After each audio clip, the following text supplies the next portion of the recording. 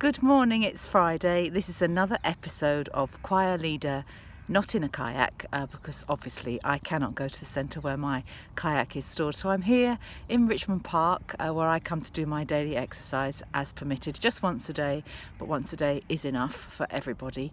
Have you been? It's been a really, really difficult week, and I'm sure that everybody's ups and downs are happening within minutes, within hours, and it's not day to day at all. It feels a little bit like hour by hour at the moment.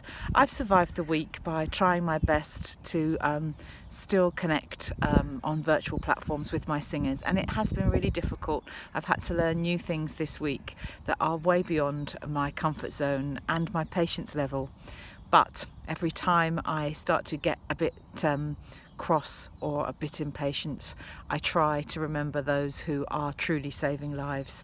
And it was amazing to step out into my street last night at 8 o'clock and applaud the National Health Service and the carers and the key workers and all the people who we are truly reliant on for our food and our running water, and those people are truly saving our lives. So there have been moments of really poignant reflection, thinking about other people. Every day I come to the park and I walk up here, and it's absolutely glorious, and every day I try to set my walk as an intention for somebody worse off than me. I'm very lucky. I have a house which is big enough for us all to coexist. I have food in my fridge. The heating is on when I need it. I have young adults who are happy to muck in. When my children were very little, it was a real shock to give up work and to give up that sense of who I was as a working woman, and to find a new routine that worked with little children in tow. And I kind of decided that the best way to cope at the moment is to imagine that I've got those little children again, and to find a routine that really works. And this is what my routine looks like at the moment. You might find it helpful, you might find it a load of rubbish, but there might be something that you could take away. So when I wake up, I get up, I have my breakfast, and I get out as quickly as I possibly can. I'm very lucky I don't have small children who need me to help them. But if I did, I would feed them and I would bring them with me.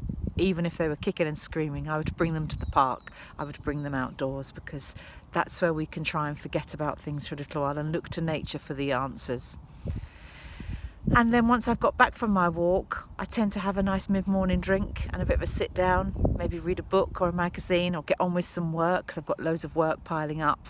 And my children do the same. And then we get together again at lunchtime. And then after lunch, it's time to have a little nap, actually. And if that means zoning out in front of the telly and watching a film for an hour, that's a good thing. I've been napping on my trampoline, which is why I've got a little bit of a brown face. One added benefit. And then after that, I try as much as I can to kind of re-energise for the afternoon. So I maybe do a few sit-ups around the garden, or running on the spot, or skipping, or something that kind of wakes me up again, because that afternoon shift feels like a long hard slog at times.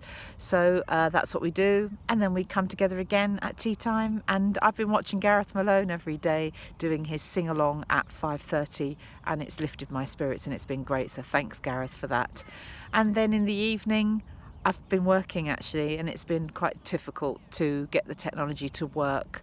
But the feedback that I've been getting from people makes me want to continue, makes me want to try and make it better for them, because making it better for others makes me feel like I'm still very useful.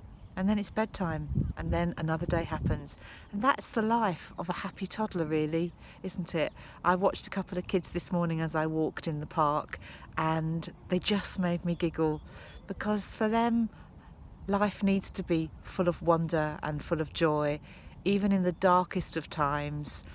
Thank you very much for watching. Do stay well, do stay home, do take your daily exercise while it's still available, and I'll see you next week. Lots and lots of love.